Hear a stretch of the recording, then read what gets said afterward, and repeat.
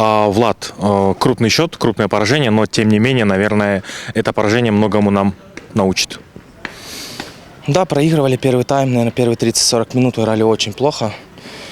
Первые 3 гола сами себе, не ожидали такой активности от соперника. И команда с Чехии достаточно атлетическая, но при этом ничего не создали, чего-то там сверхъестественного. Сами себе первые 3, и пошло-поехало дальше. Получилось 2 разных тайма. В первом тайме пропустили 5, во втором тайме не пропустили и выиграли второй тайм. Почему так получилось? Почему разница в этих 2 таймах? В первом тайме очень много борьбы было, и мы ее проиграли.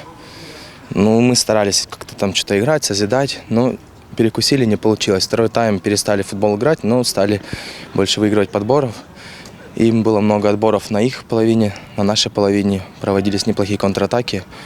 И гол. Одна из них, да, завершилась голом.